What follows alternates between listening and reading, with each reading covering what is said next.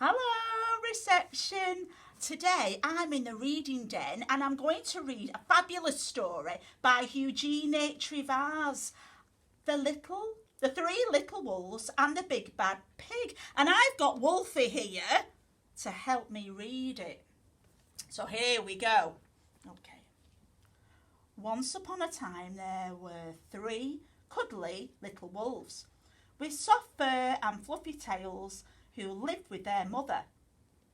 The first was black, the second was grey, and the third white.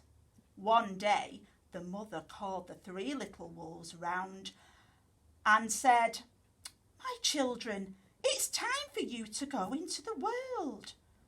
Go and build a house for yourselves, but beware of the big bad pig." "Don't worry, mother, we will watch out for him," said the three little wolves, and off they set.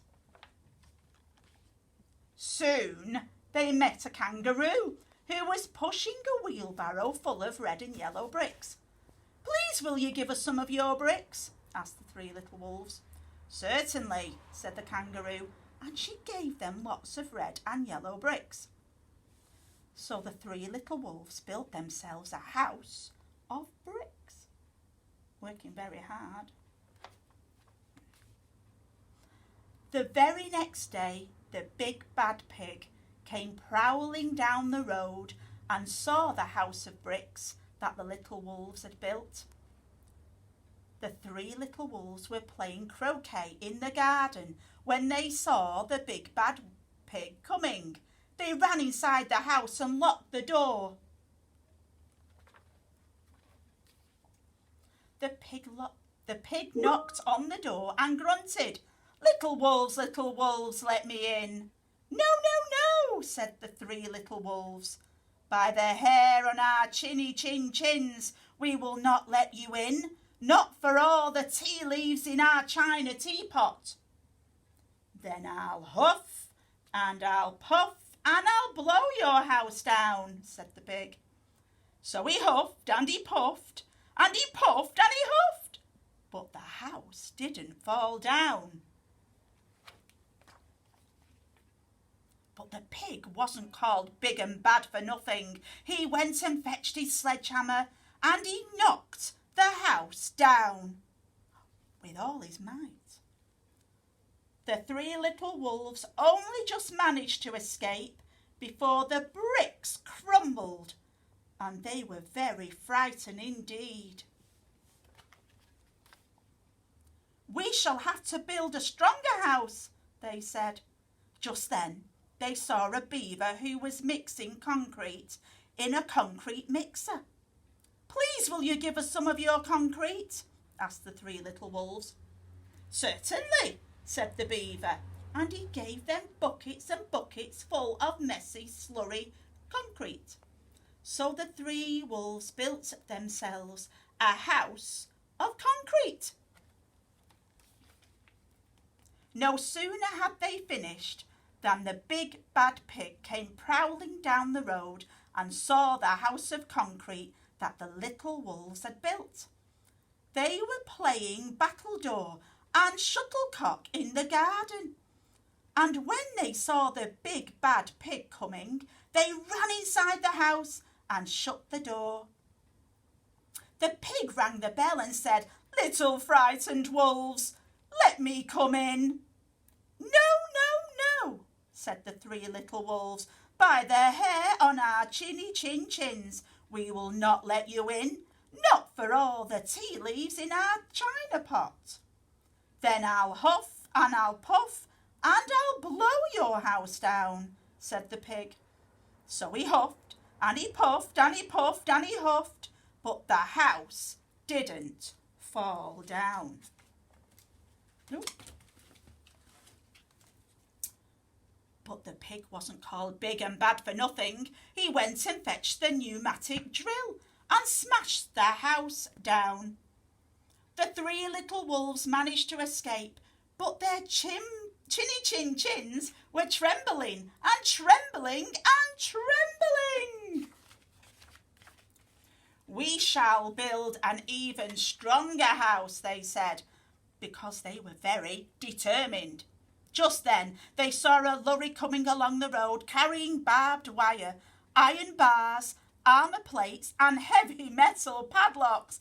Please will you give us some of your barbed wire, a few iron bars and armour plates and some heavy metal padlocks, they said to the rhinoceros, who was driving the lorry.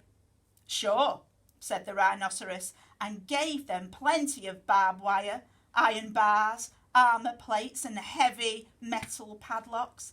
He also gave them some plexiglass and some reinforced steel chains because he was a generous kind-hearted rhinoceros.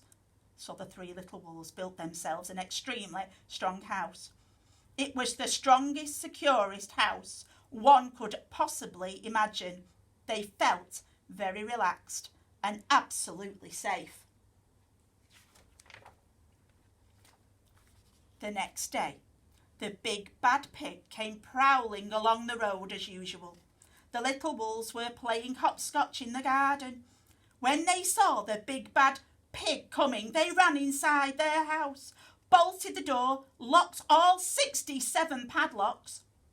The pig pressed the video entrance phone and said, "Frightened little wolves with the trembling chins, let me come in."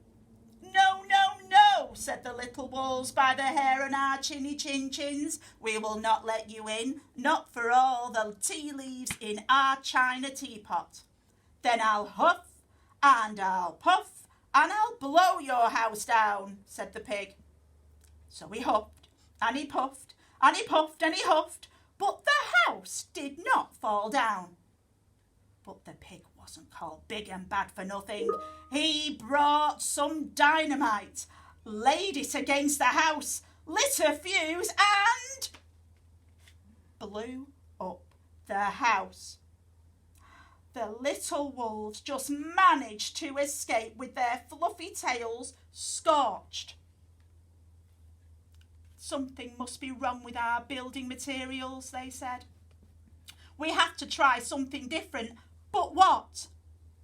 At that moment they saw a flamingo bird coming along, pushing a wheelbarrow full of flowers.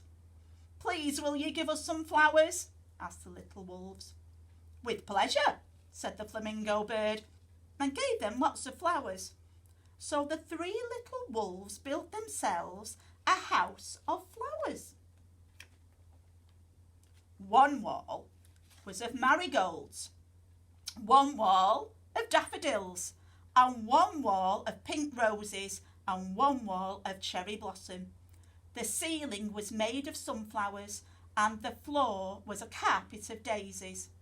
They had water lilies in their bathtub and buttercups in their fridge. It was a rather fragile house, and it swayed in the wind, and it was very beautiful. Next day, the big bad pig came prowling down the road and saw the house of flowers that the little wolves had built. He rang the bluebell and said, "Little frightened wolves with the trembling chins and the scorched tails, let me come in." "No, no, no," said the three little wolves by the hair on our chinny chin chins. "We will not let you in, not for all the tea leaves in our china teapot. Then I'll huff and I'll puff and I'll blow your house down," said the pig. But as he took a deep breath, ready to huff and puff, he smelled the soft scent of the flowers. It was fantastic. And because the scent took his breath away, the pig took another breath and then another. Instead of huffing and puffing, he began to sniff. He sniffed deeper and deeper until he was quite filled with the fragrant scent. His heart became tender and he realised how horrible he had been in the past. In other words, he became a big good pig. He started to sing and to dance the tarantella. would dance. At first, the three wolves were a bit worried, thinking that it might be a trick, but soon they realised that the pig had truly changed, so they came running out of the house. They introduced themselves and started playing games with him. First they played Pig Pog, and then Piggy in the Middle, and when they were all tired, they invited him into the house. They offered him china tea and strawberries and wolfberries and asked him to stay with them as long as he wanted. The pig accepted, and they all lived happily together ever after. I love that story. It's a bit different to what we usually hear. What do you think, Wolfie? Say goodbye now to all those children. Bye.